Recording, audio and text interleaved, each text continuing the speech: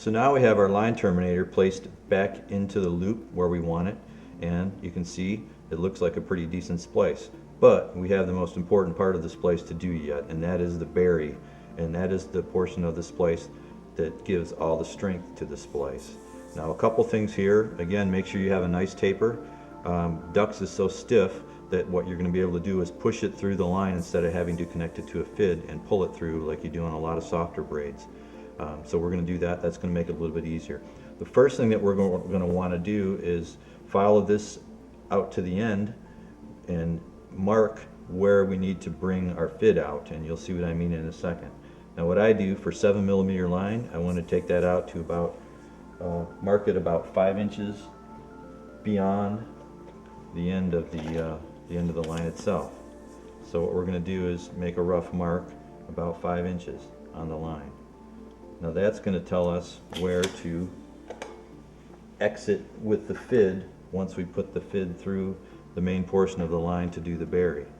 So what we're going to do now is take this line, bend it back, and what I want to do is open up the braid here, and first I want to put a mark on here about 1/4 of an inch away from the end as I pull that back, and that's going to be the point at which I insert the bury portion of the line. So now I'm ready to insert the fid and open up this. What I want to do is open up this braid so I can insert the other line and form our bury section. So I'm going to take the line where the mark is, and I'm going to again loosen up the weave like I've done before.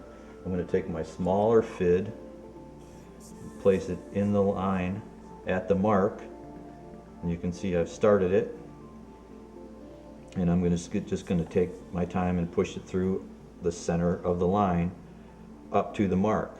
Now one of the things I'm going to have to do here is, because the mark is quite a ways down and my fid isn't long enough, I'm going to have to insert the fid part way and open up the rest of the line, and you can see how I'm doing that. Okay, now I'm going to bring that down to where my mark is, and then I'm going to exit the fid at that mark. And one of the things you got to be careful of is not bifurcating, for lack of a better word, the strands, because it's relatively easy to do, especially on the larger diameters of the line when the strands get so big, and it will cause you problems if you try to push the line through the center of a strand. So you just want to be careful. You know, it's an ounce of prevention thing, really. So if you make sure you're in between the strands and not through the strands, it's going to cause you a lot less problems later on. So now what I'm going to do, I've ran the smaller fid all the way through the line up to the exit point. I'm going to take this 3/8 fid, again, which is perfect for 7mm line, and I'm going to run that through the same section. Now what I want to do is be careful to the points where I inserted the fid halfway through. I want to straighten that line out, and you can see as I put this big fid through it, that's exactly what I did. So I'm just going to keep pushing this through until I get to the end. Sometimes you need to just take your time and work it through like that, and you can see I've pushed it through to the end. Okay, so what I'm going to do now is pull the fid out, and a couple of tricks. Before I pull it out all the way, I'm going to pull on this fid in this direction and open up that hole a little bit, and that's going to help me later on when I go to push the end of the line through it. Now I'm going to go down to this other end and do the same thing. I'm going to push the fid into the exit point, and then I'm just going to pull on this gently a little bit and open up that hole. Now comes the fun part where you can really appreciate doing this with ducks, because you take the tapered end and slide it into the hole you just made, and you push it through the opened up section of the line, and you can see how easy it is to push it through. And I'm slowly working the braid down and pushing the inside section out the exit hole, and you can see how easy that was. Okay, so now another trick you want to do is grab a hold of the core, the section that you just pushed through the inside of the other line, and pull this down tight. And you can see what that does. That pulls this end of the line inside to the line, which is where you want it. It's going to end up. Now if I take some time here to pull on it, this is going to end up fitting nice and snug in there. Now when we pre-tension the line after we get the braid done and we stretch these out, that's going to have a really, really nice tight fit on there, and you can see that's the beginnings of a really nice looking locking Brummel splice.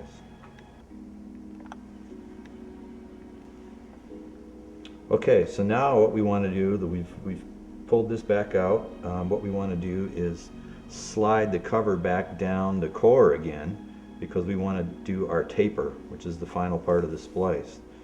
So what I do is I pull this sheave down, the outer section down, to expose as much of the inner berry portion as I can.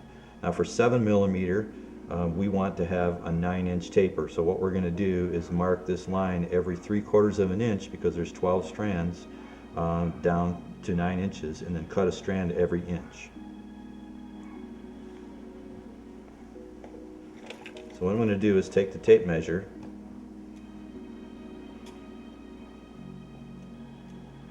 hold the line as straight as possible, and I'm basically going to mark the line every 3/4 of an inch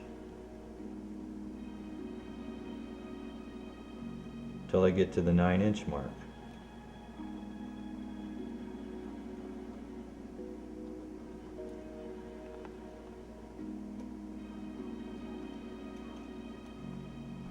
So you can see, counting the end, I have 12, 1, 2, 3, 4, 5, 6, 7, 8, 9, 10, 11, 12. 12 marks, or 11 marks, but 12, I'll have 12 strand end locations. So you'll end up with 11 marks on the line, and then the last one will be this end, so you don't have to mark it for that. Now one of the tricks here is to take every mark and mark it so it's halfway around the line. And that is because you're going to start pulling out strands, and I'll show you here in a second, and you want to have to make sure that you have enough marks. Now if you mark the line halfway around, then you're going to get a mark on every line the way this 12 strand is braided, which is going to work for you. Sometimes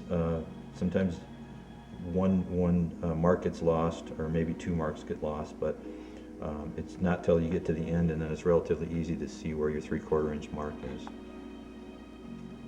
So now what we're going to do, you can see we have our line marked the way we want it. What we're going to do is take the line in our hands, and I'm going to loosen up the braid so that I can pull out a strand every 3/4 of an inch before I cut it. Now it's important to pull each strand out, otherwise you're not going to know where to cut the other strands.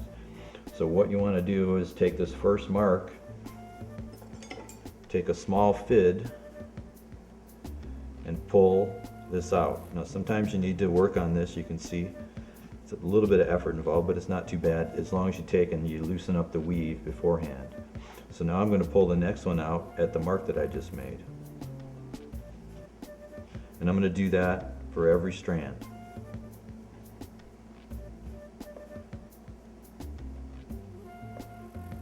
Just pick the mark,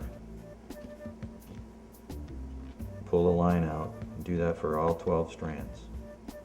So it's marked clearly where I need to cut the strand. Okay, now that we have all the strands marked and pulled out of the line, you want to take a knife and cut, starting at the inside strand, cut each one at the mark. So you can see that's what I'm doing. And one of the tough things about ducks is the fact that it is very tough to cut. And you can see this is a very, very sharp knife, and I'm still having to saw through the line. That's basically what you need to do. What works nice is a very, very fine serrated knife, or at least a very, very sharp knife like the ceramic knife. So I'm pulling each strand, and I'm going to cut each strand at the mark. And you can see how that's producing a cut strand every 3/4 of an inch, which is exactly what we want to do. Now the better you are at cutting these in a consistent fashion every 3/4 of an inch, the more consistent your end links are going to be when you splice. So this is probably the most important part about splicing, is cutting the links and getting the berry portion correct, and then cutting the strands correctly in a uniform fashion.